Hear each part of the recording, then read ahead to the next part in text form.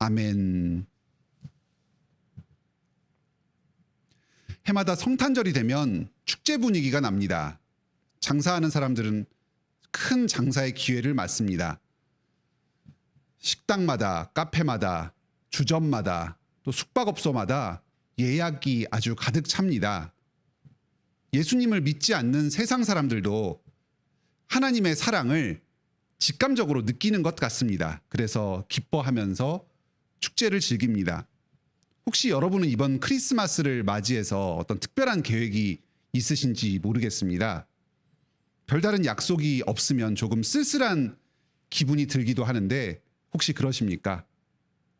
어떻게 하면 이 크리스마스를 가장 뜻깊은 날로 취지에 걸맞게 보낼 수 있을까요? 성탄절은 하나님께서 우리 죄인들에게 큰 은혜를 베풀어 주신 날입니다. 하나님께 이 은혜를 알고 영광 돌리는 것이 이 성탄절에 우리가 해야 될 가장 중요한 일입니다.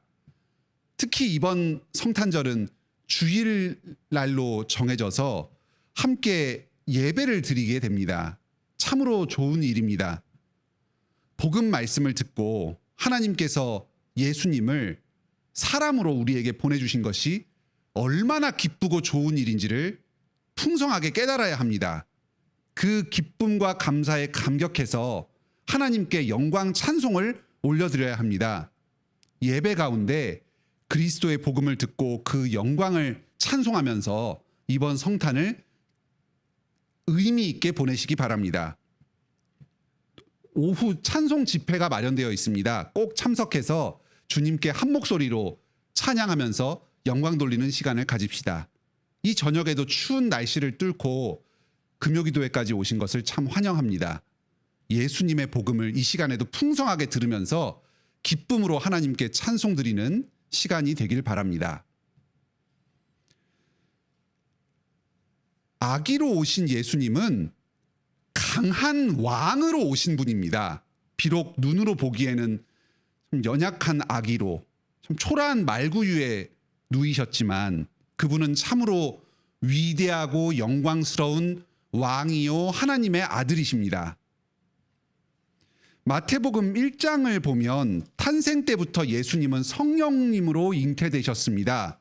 그분의 이름은 임마누엘입니다. 하나님이 우리와 함께 계신다. 예수님께서 거하시는 곳에 성부 하나님께서 항상 함께 계시면서 능력을 주십니다. 비록 아기로 이 땅에 오셨지만 신적인 권능을 가지고 능력으로 이 세상을 통치하시는 왕으로 오셨습니다.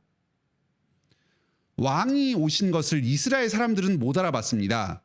하지만 알아본 사람들이 있었습니다. 저 멀리에 동방 박사들입니다. 별의 운행을 관찰하다가 왕이 오셨다 하는 것을 알아보았습니다. 이방인이었지만 하나님에 대한 지식을 갖지 못했지만 정직하게 하늘의 계시를 살피면서 왕이 오셨다는 것을 압니다. 반면에 헤롯 왕과 대제사장들과 서기관들은 비록 종교 지도자들이었고 성경에 대한 지식이 많았지만 정작 예수님을 왕으로 알아보지 못합니다. 우리가 이런 잘못에 빠지지 않기를 바랍니다. 겉으로 보기에는 초라한 복음입니다. 사람의 눈으로 보았을 때는 보잘것없어 보입니다. 말구유에 놓인 아기와 같이 아무것도 아닌 것 같습니다. 하지만 그분은 하나님의 아들이시요 천지를 다스리는 왕이십니다. 성령님께서 계속해서 우리의 눈을 열어서 복음을 듣게 하시고 예수 그리스도를 깨닫게 하여 주시고 그분을 왕으로 섬기게 하여 주시길 바랍니다.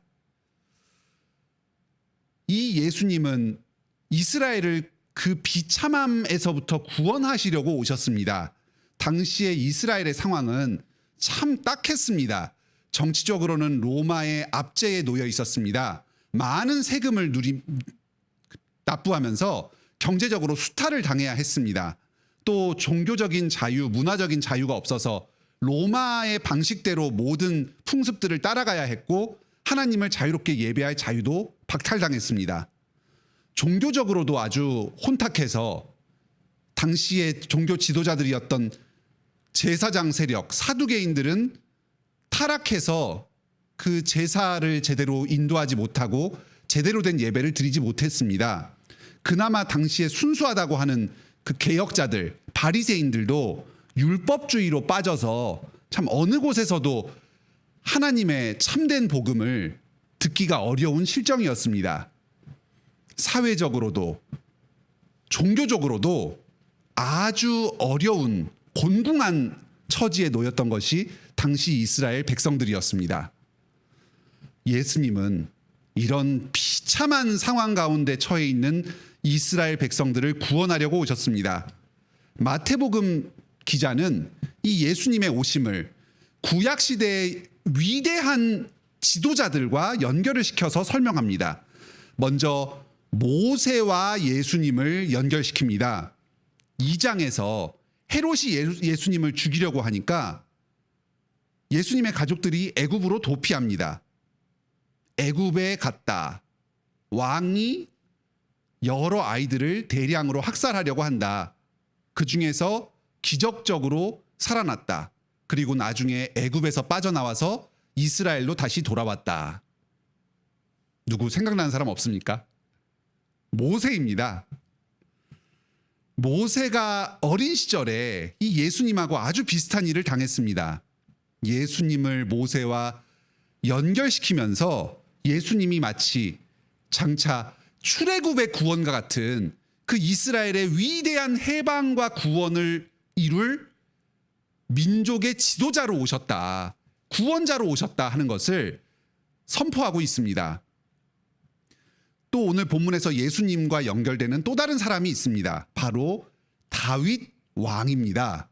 이스라엘 역사에서 가장 위대한 왕, 하나님을 참으로 경외하였고 하나님께 순종해서 이스라엘의 국력을 만방에 떨쳤던 다윗 왕과 예수님을 연결시킵니다. 예수님께서 왕으로 오셔서 백성들을 통치하시면서 이 땅에 하나님 나라의 질서를 확립하고 온 세상 가운데 이스라엘의 이름을 떨칠 분으로 오셨다는 걸 나타냅니다. 2장 1절을 보면 예수님께서는 유대 베들레헴에서 태어나십니다. 구약 성경에서 베들레헴에서 살았던 사람 혹시 누구 기억나는 사람 있으십니까? 룻, 나오미, 보아스가 베들레헴 사람이었습니다. 우리 몇 주 전에 주일 예배 설교 때 들었습니다. 베들레헴이 빵집이다 이런 뜻이었습니다. 그런데 이 보아스의 증손자가 다윗입니다. 다윗이 어린 시절에 태어나서 살았던 그 동네가 보아스에게서 계속 물려받았던 그 땅 베들레헴 지방에 있었습니다. 사무엘상에서 사무엘이 이새의 집으로 가서 다윗에게 기름을 붓던 그곳이 베들레헴이었습니다. 그곳에서 예수님이 태어나신 것을 강조합니다. 다윗의 후손으로 오셨다. 1장에서 예수님의 족보에서도 예수님이 아브라함의 자손이다, 약속의 자손이다, 그리고 다윗의 자손이다, 왕의 자손이다 하는 것을 특히 강조하고 있습니다. 모세와 같은 위대한 민족의 지도자로서, 해방자로서, 또 다윗과 같은 위대한 왕으로 통치자로 예수님이 이스라엘에 오셨습니다. 모세는 애굽을 탈출하고 광야의 여정을 인도했습니다. 그리고 다윗은 차지한 그 약속의 땅 가운데서 하나님 나라를 이루었습니다.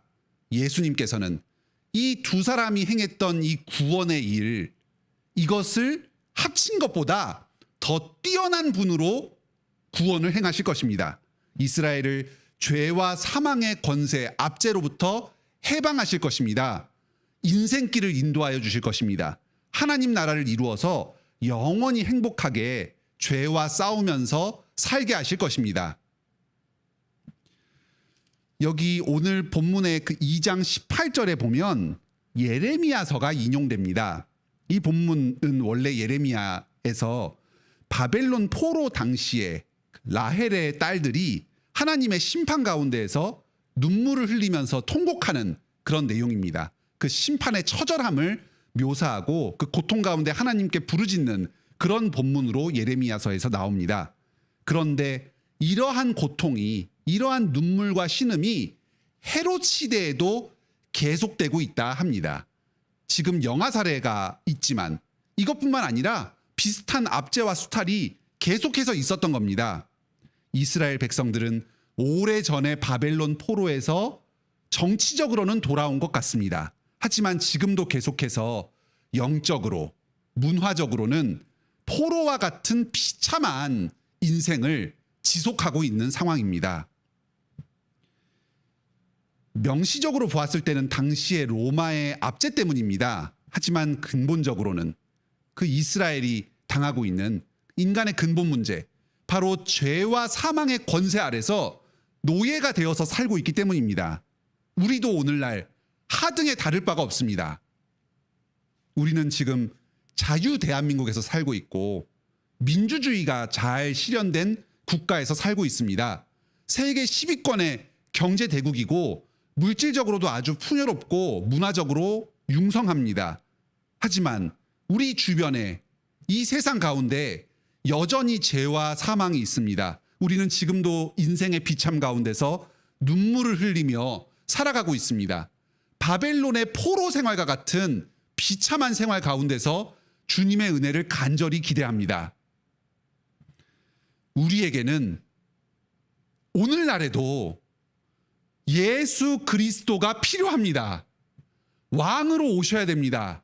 우리를 해방하여 주시고 다스려 주셔야 합니다. 주님께서 모세보다 더 위대한 지도자로서, 다윗보다 더 위대한 왕으로서 우리를 해방하여 주시고 우리의 인생길을 인도하여 주셔서 하나님 나라로 들어가게 해주셔야 됩니다. 그곳에서 우리를 다스려 주시면서 계속해서 복된 삶을 살도록 통치해 주셔야 합니다. 바로 예수 그리스도가 우리의 해방자이자 왕이십니다. 이 예수님께서 하나님의 아들이신데 사람이 되셔서 우리 죄를 용서해 주시려고 우리를 대신해서 십자가에 못 박혀 죽으셨습니다. 이 단순한 복음을 믿으면 죄를 용서받습니다. 예수님의 인도를 받아서 죄사함 받고 예수님의 다스림을 받아서 하나님의 나라로 들어가시길 바랍니다. 죄와 사망의 권세에서 해방되어서 복된 삶을 사시기 바랍니다. 아기 예수님께서 왕으로 우리에게 오셨습니다. 모세보다 더 탁월한 해방자가 되셔서 출애굽의 구원을 행하실 것입니다. 죄와 사망의 권세에서 우리를 구출하여 주시고 해방시켜 주실 것입니다.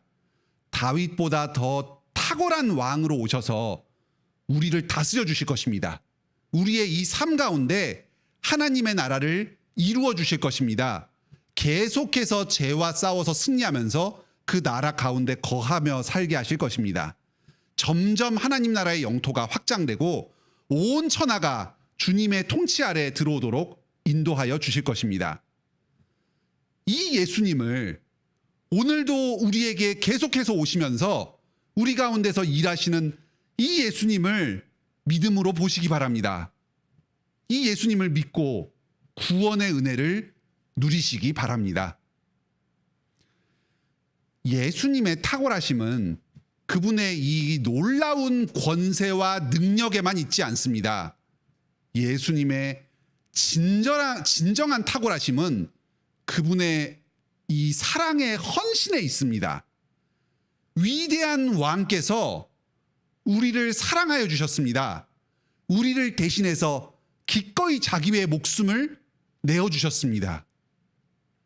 이러한 왕은 이 세상에서는 없습니다. 여기 지금 마태복음 2장에서 이스라엘을 다스리던 헤롯 왕이 있습니다. 이 사람은 이스라엘 정통 왕족이 아닙니다. 유다 지파의 후손이 아닙니다. 이둠의 사람, 에돔의 자손입니다. 헤롯은 자기의 왕위를 계속 지키고 유지하기 위해서, 자기가 살기 위해서 수많은 아이들을 학살합니다. 내가 살려고 백성들을 죽이고 그것을 아무렇지도 않게 생각하는 그런 왕입니다. 이 세상의 왕들이 다 그렇습니다. 예수님은 반대입니다. 백성들을 살리려고 자기가 죽는 그런 왕입니다. 이런 왕이 어디에 있습니까? 동방박사가 예수님께 나와서 황금과 유향과 모략을 바칩니다. 당시에 귀한 보물들입니다. 그런데 여기 모략이 있는 게 아주 주목이 됩니다. 요한복음 19장에 보면 예수님께서 죽으신 뒤에 니고데모가 이 모략으로 향품하고 섞어서 예수님의 시체를 처리하는 약품을 만들어서 옵니다.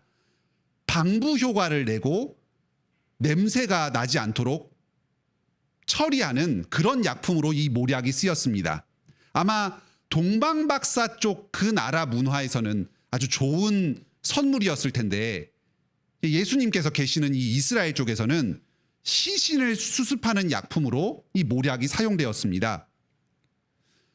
예수님께서는 이렇게 태어나실 때부터 죽음을 예정하고 오셨습니다. 우리를 죄에서 구원하시기 위해서 죽음을 예정하고서 이 땅에 태어나셨습니다. 여러분, 이 아기 예수를 보십시오.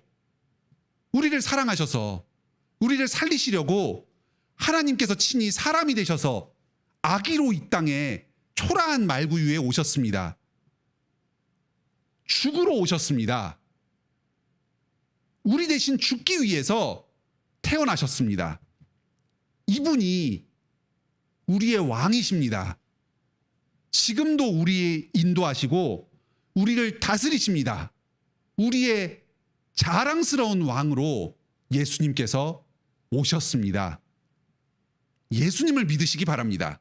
이 왕의 통치에 순종하시기 바랍니다. 그분의 인도를 따라서 구주로 영접하시고 다스림에 순종하면서 이 인생길을 걸어가십시오. 나를 위해 죽으신 분입니다. 나를 먼저 사랑하여 주시고 나보다 나 자신을 더 사랑하여 주신 분입니다. 이분께서 나에게, 우리에게 가장 좋은 것을 주시지 않겠습니까? 아기로 오신 우리 구주 예수님을 따르면서 구원의 은혜를 누리시는 여러분들 다 되시길 바랍니다.